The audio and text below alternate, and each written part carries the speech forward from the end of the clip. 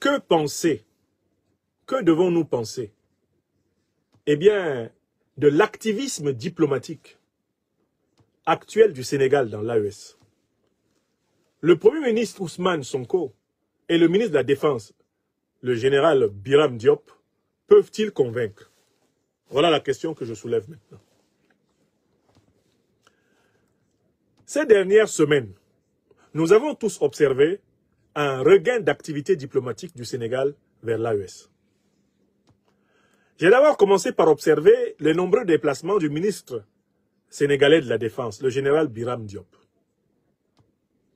Et à l'occasion de la commémoration, de l'inauguration, du mémorial du camarade président Thomas Isidore Noël Sankara, le 17 mai 2025 à Ouagadougou, on a vu se mobiliser le chef du gouvernement sénégalais, Ousmane Sonko, qui est venu participer personnellement à cette célébration. De prime abord, on devrait saluer ce qu'on peut appeler le retour à la raison du gouvernement sénégalais, qui, à l'arrivée de Bassirou Diomaye Diakhar Faye, s'était d'abord installé dans une posture de donneur de leçons. On se souvient de la tournée qu'avait fait le président Bassirou Diomaye Diakhar Faye en Mauritanie, en Côte d'Ivoire, en Guinée-Bissau, et il était même venu à Ouagadougou. Tournée lors de laquelle il tentait de jouer le rôle de chargé de mission de la CEDEAO pour ramener le Burkina, le Niger et le Mali à l'intérieur de l'organisation néocoloniale moribonde, putréfiée, eh bien, de la CEDEAO. Donc oui, on devrait saluer de prime abord l'effort que les dirigeants sénégalais font pour redresser le tir. L'effort qu'ils font pour corriger leur copie. Parce que leur copie était très sale. Elle était pleine de fautes et d'erreurs. Depuis qu'ils sont arrivés au pouvoir à Dakar. Alors, pourquoi est-ce qu'ils font cet effort? Ils font cet effort parce qu'ils se sont rendus compte que l'AES a tenu bon. Et que c'est la CEDEAO qui flanche. Ils font cet effort parce qu'ils se sont rendus compte que s'appuyer sur la CEDEAO, c'est construire un château avec des cartes. Ou construire un immeuble sur une montagne de sable. Ils se sont bien rendus compte qu'en réalité, la CEDEAO n'est pas l'avenir du sous-continent ouest-africain. Et voilà pourquoi ils essayent de redresser le tir. Donc, encourageons-les. Disons-leur, c'est bien d'avoir compris que vous ne pouvez pas changer l'AES, mais que c'est vous qui devez changer envers l'AES. Mais ça, c'est la première partie de mon analyse. Passons à la deuxième partie. Et la question qui est posée, c'est est-ce qu'ils nous convainquent par cet activisme diplomatique nouveau? Est-ce que moi, l'analyste, l'intellectuel politique, président de l'Institut de l'Afrique des Libertés, Nyamsi Wa Cameroun, Wa Africa, est-ce que je suis convaincu, justement par cet activisme diplomatique, qui a vu le général Biram Diop faire le tour des capitales, et qui voit le Premier ministre Ousmane Sonko venir chanter en chœur les hymnes au panafricanisme à Ouagadougou. Est-ce que j'en suis convaincu? Ma réponse est non. Et je vais donner les raisons. Je dis c'est bien, il commence à faire un effort. Quand un gouvernement commence à redresser le tir, il faut lui dire c'est bien. Un seul mot, continuer. Mais là, est-ce que je suis convaincu? Ma réponse est non. Et je vais vous donner les arguments. Bon, on y va. Argument 1. Je ne suis pas convaincu. Pourquoi? Parce que les dirigeants sénégalais n'ont pas formellement rompu les accords de coopération militaire avec la puissance néocolonialiste française. Écrivez. Non, je commence. Parce que mes frères et sœurs à Dakar, je veux bâtir avec eux une relation basée sur la vérité, pas sur la flatterie. Cet après-midi, je me promenais en Normandie, j'ai croisé un de mes frères sénégalais, d'ailleurs en compagnie de sa famille, et qui s'est empressé de venir me voir pour me dire, mais alors, vous avez vu ce que le Premier ministre Ousmane Sonko a dit à Ouagadougou? Hein? Vous avez vu ce que le général Biram Diop a dit? Alors, qu'est-ce que vous pensez? Il a même sorti son téléphone pour qu'on fasse une petite vidéo et qu'il l'adresse à ses amis à Dakar. Ce que j'ai accepté. J'ai dit ceci à ce frère sénégalais que j'ai rencontré avec sa famille, ici en Normandie, aujourd'hui même, dans la rue, dans un parc. J'ai dit, si le président Bassirou Diomaye Diakhar Faye et son premier ministre Ousmane Sonko commencent à mener une politique panafricaniste réelle, je sortirai devant mes 4 caméras et je les féliciterai. Mais s'ils continuent à mener une politique panafricaniste ambiguë, je continuerai à les critiquer. C'est ma fonction d'intellectuel politique. Quand c'est bien, il faut dire que c'est bien. Moi, je suis connu comme un critique de la dictature tchadienne. Mais quand la dictature tchadienne a posé un acte panafricaniste concret, la rupture des accords de coopération militaire avec la France, la rupture des accords de coopération militaire avec les États-Unis, et a fait partir l'armée française et l'armée américaine de son sol. J'ai allumé les caméras ici et j'ai félicité celui que j'appelle désormais le maréchal président Mahamat Idriss Déby Itno. Parce que même son père n'a pas pu le faire. Lui, il a fait ça. On peut le critiquer pour sa politique autoritaire, pour la répression des libertés publiques au Tchad. Oui, on peut. Et on a le droit. Et on doit continuer à le critiquer sur ce terrain. On peut lui dire, la réconciliation nationale au Tchad n'est pas encore acquise, monsieur le président. Mais, qu'on l'aime ou pas, il est le chef de l'État tchadien qui a ordonné le départ des troupes françaises du sol tchadien. Ça, c'est écrit. Et on dit, quand ton frère fait quelque chose de bien, il faut le féliciter. Donc, Sénégalais, le jour où le président Bassirou Diomaye Diakhar Faye et son premier ministre Ousmane Sonko signent la décision de rupture officielle, les accords de coopération et de défense avec la France, avec l'OTAN, ce jour-là, j'allume la caméra ici et je mets l'hymne national du Sénégal, je me mets au garde à vous. Je dis, merci, monsieur le président Bassirou Diomaye Diakhar Faye. Merci, monsieur le premier ministre Ousmane Sonko. Et c'est comme ça que je suis. Je ne vais pas changer. C'est ce que j'ai dit donc à mon ami et frère sénégalais que j'ai croisé dans les rues de Normandie en compagnie de sa famille. Et on a fait une petite vidéo en ce sens. J'ai dit, dites au président Bassirou Diomaye Diakhar Faye, s'il mène une politique réellement panafricaniste, je le soutiendrai. S'il ne la mène pas, je le critiquerai.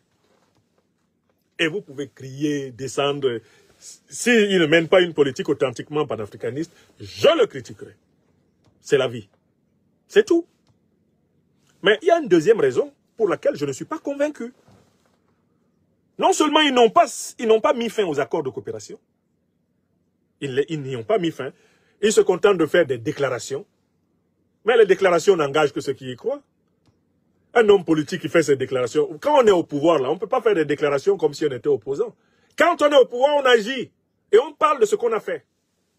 On ne se contente pas de parler. Les plus généreuses déclarations panafricanistes d'un dirigeant africain qui n'a pas rompu les accords de coopération militaire ne sont que des déclarations. Dans ma langue bassa, on appelle ça kumbignon, c'est-à-dire battre la bouche. Kumbignon. Ou bébignon. Battre la bouche. Un dirigeant qui, 1, 2, 3, il voit un micro. Alors, nous ne sommes plus. Non, non.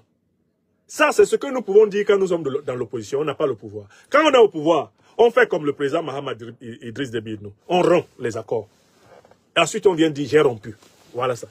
Ça est là. Bon. Maintenant, argument numéro 2. Je ne suis pas convaincu pourquoi. Je ne suis pas convaincu parce qu'il y a eu un épisode qui nous a tous marqués. Et je n'ai pas encore vu une véritable démarcation sénégalaise sur ce point. C'est l'épisode de l'attaque de Tinzaouaten au nord de notre terre africaine du Mali. Moi, je ne vais jamais oublier cet épisode-là.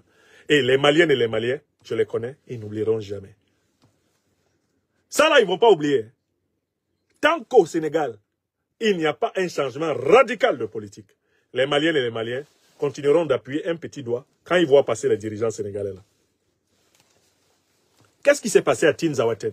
À la fin du mois de juillet 2024, l'armée malienne et ses alliés russes ont été attaqués par une coalition composée d'Al-Qaïda, de l'État islamique, soutenue par l'armée algérienne, soutenue par les troupes de l'OTAN et notamment soutenue par l'Ukraine.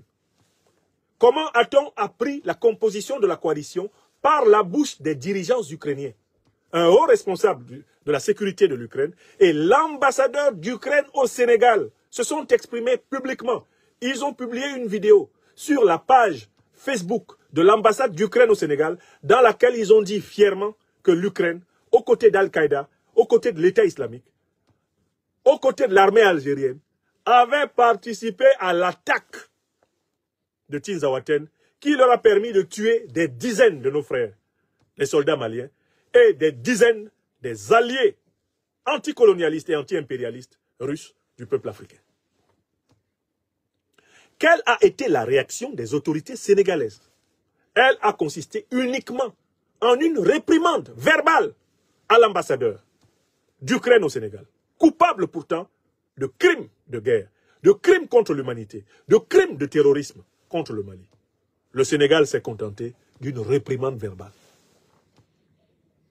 Alors que le Burkina Faso, le Niger, rompaient les relations diplomatiques avec l'Ukraine pour soutien au terrorisme, pour participation au terrorisme au Mali, le Sénégal a conservé les relations avec l'Ukraine jusqu'à maintenant. Sénégalais, Sénégalais, ouvrez bien vos oreilles. Vous ne pouvez pas dire que votre activisme diplomatique vers l'AES est authentique, alors que vous gardez des relations diplomatiques avec un État qui a avoué publiquement sa participation à une attaque terroriste contre le Mali. Moi, Yamsi Wa Cameroun, vous ne pourrez pas me convaincre que vous avez changé, tant que vous conservez des relations diplomatiques avec l'Ukraine de Zelensky. Est-ce que c'est clair? C'est le deuxième argument, oui ou non? Moi, je ne critique pas un gouvernement sans fondement. Je critique avec des arguments. Donc, personnellement, moi, quand je vois le Premier ministre Ousmane Sonko, ou quand je vois le président Bassirou Diomaye Faye, je pense aux soldats maliens tués à Tinzaouaten. Je ne sais pas comment vous faites pour ne pas y penser. Parce que je considère qu'ils n'ont pas respecté. Ils n'ont pas respecté les morts du Mali. C'est ce qu'on appelle l'amitié du bout des lèvres. L'amitié de ce qu'on appelle ambassade Kumbunyo. La bouche battue. Oh! Jamais, jamais le Sénégal ne servira de base arrière pour attaquer le peuple frère malien. Mais où se trouve l'ambassadeur d'Ukraine qui a avoué avoir participé à l'attaque contre le Mali, au Sénégal? Comment vous pouvez dire qu'on ne sert pas de base arrière alors que la base arrière est chez vous? La base arrière est là. Je ne sais pas. Je demande parfois à mes frères et sœurs sénégalais, mais ceux qui soutiennent Sonko et Diomaye dans cette ambiguïté diplomatique-là, comment vous faites même pour dormir? Vous réussissez à dormir? Est-ce que vous avez vu ce qui a été fait à Tinzaouaten contre l'armée malienne? Vous avez vu? Est-ce que vous avez vu? Oh non. Je trouve particulièrement inhumaine cette politique ambiguë. Je la trouve d'un cynisme. Je préfère encore des gens qui déclarent qu'ils détestent les Africains, à des Africains qui font semblant d'être solidaires envers leurs frères et qui marchent avec ceux qui les poignardent dans le dos. Dites cela au président Bassirou Diomaye Diakhar Faye. Dites cela au Premier ministre Ousmane Sonko. L'Afrique a mal à leur attitude passive envers les Ukrainiens. Et on n'a pas oublié ça. Donc moi, quand je le vois à Ouagadougou, je le vois sourire, je me demande même comment il fait. Mais je dis, il y a des gens en politique qui sont courageux. Non, il sourit. Il sourit, hein. Et il a son problème qui n'est pas résolu. Et après, on vient nous dire, ah ben c'est une question d'autonomie, nous menons notre diplomatie comme nous voulons. Mais si vous menez votre diplomatie comme vous voulez, pourquoi voulez-vous qu'on croie en vous? Pour qu'on croie en vous, il faut que vous meniez une diplomatie qui converge avec nous. Si votre diplomatie ne converge qu'avec vous, pourquoi voulez-vous qu'on vous croie? Pourquoi voulez-vous qu'on vous fasse confiance? On ne fait pas confiance. Troisième argument. Troisième argument extrêmement important. C'est la présence encore très forte, justement, de l'OTAN au Sénégal. On sait très bien que l'OTAN a toujours eu pour ambition, quand elle a créé son commandement sud, l'OTAN a toujours eu pour ambition de multiplier des bases militaires sur le territoire africain. La question est la suivante. Est-ce que le général Biram Diop que nous avons vu, et qui avait commencé à dire qu'on fera tout pour amener, par tous les moyens possibles, le Mali, le Burkina Faso et le Niger dans la CEDEAO, est-ce que le général Biram Diop là est séparé des ordres de l'OTAN? Est-ce que ce général-là a été affranchi de son origine dans les officines de l'OTAN, de sa carrière passée dans la cuisse du néocolonialisme français à l'intérieur de l'ONU? Est-ce que ce monsieur-là a été libéré de ça? Parce que quand vous envoyez même Biram Diop, le général, là, quand c'est lui que vous envoyez en mission au Mali, au Burkina Faso et au Niger, est-ce que vous savez que ça nous fait froid au dos? Nous autres là qui avons étudié la trajectoire de ce Biram Diop, nous qui analysons ses déclarations, ses attitudes, est-ce que vous savez que quand vous envoyez ce monsieur-là, ça nous inquiète encore plus? Moi, personnellement, quand j'ai vu le général Biram Diop au Niger, j'ai eu un sursaut. Mon sang n'a fait qu'un tour. Parce que quand moi je le vois, il incarne l'hypocrisie géopolitique et géostratégique sénégalaise, ce monsieur. Qui peut croire en ce général-là? Avec le positionnement qui a été le sien, les déclarations qui ont été les siennes, et son parcours. Ce monsieur-là qui a dit que lui ne connaissait pas, mais qui ne connaissait même pas les dirigeants actuels du Sénégal, il ne les connaissait pas. Mais qui l'a donc nommé là? Comment on peut nommer quelqu'un qu'on ne connaît pas? J'ai souvent dit qu'au Sénégal, j'ai le sentiment de plus en plus sérieux qu'il y a une espèce de bicéphalisme entre l'aile, on va dire, un peu panafricaine populaire, et puis l'aile néo-France-africaine.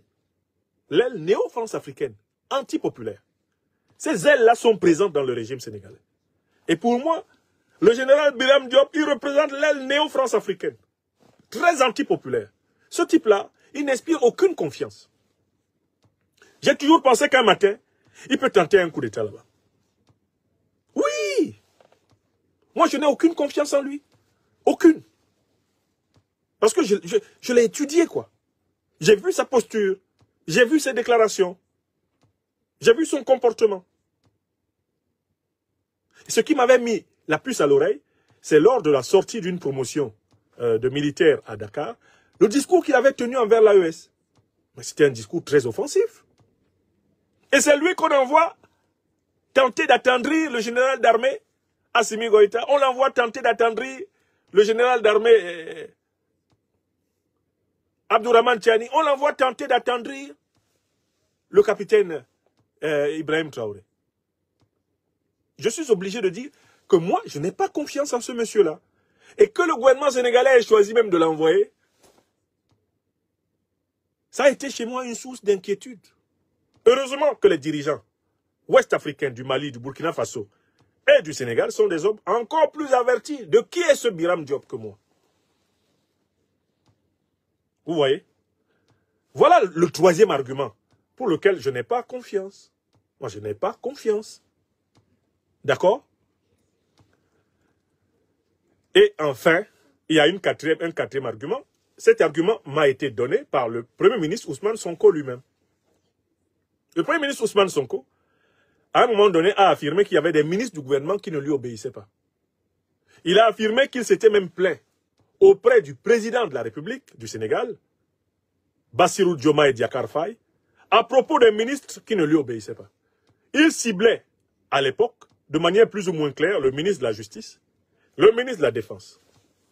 Quand il y avait une campagne pour les législatives et que les militants de PASTEF et que les caravanes de PASTEF étaient attaquées par les militants de Macky Sall, Ousmane Sonko avait voulu que la police, la gendarmerie, l'armée fissent leur travail. Il aurait voulu qu'ils fissent leur travail. Et face, en quelque sorte, à l'apathie, face à l'indolence, à la lenteur de réaction des forces de l'ordre pour protéger les militants de PASTEF, Ousmane Sonko avait révélé qu'il y avait de l'insubordination dans le gouvernement.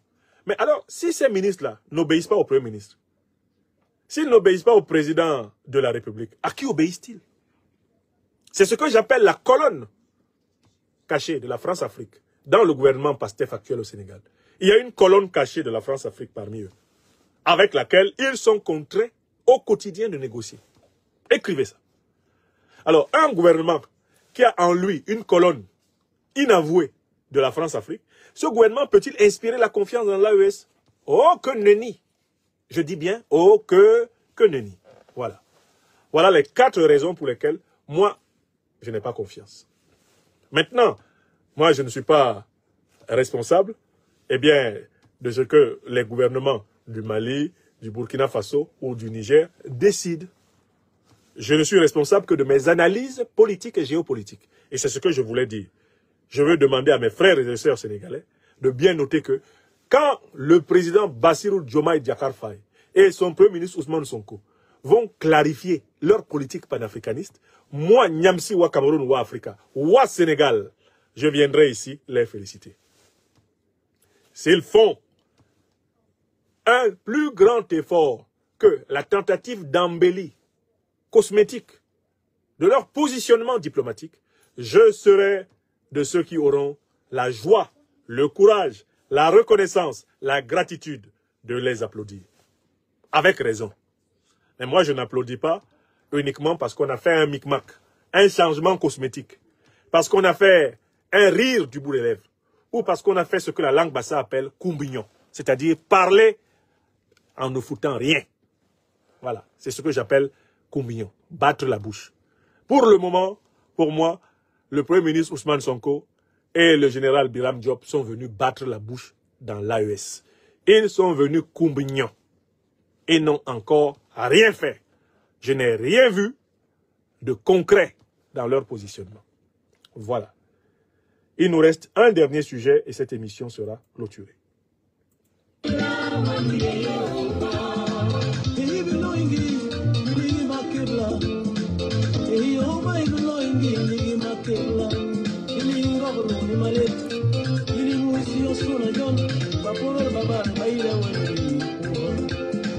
Unda boye, unda boye, unda bobaile,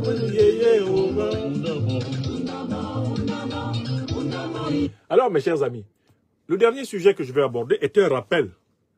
C'est un rappel géopolitique, géostratégique, géotactique aux Africains. Vous observez qu'il y a un regain des attaques terroristes contre les pays de l'AES.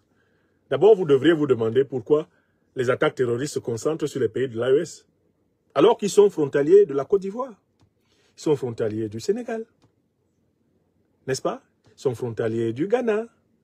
Ils sont frontaliers de la Guinée-Bissau. Ils sont frontaliers de la Mauritanie. Ils sont frontaliers de l'Algérie. Les attaques terroristes, il n'y en a pas là-bas. Tout est concentré, globalement, sur le Mali, le Burkina Faso et le Niger en Afrique de l'Ouest. Pourquoi?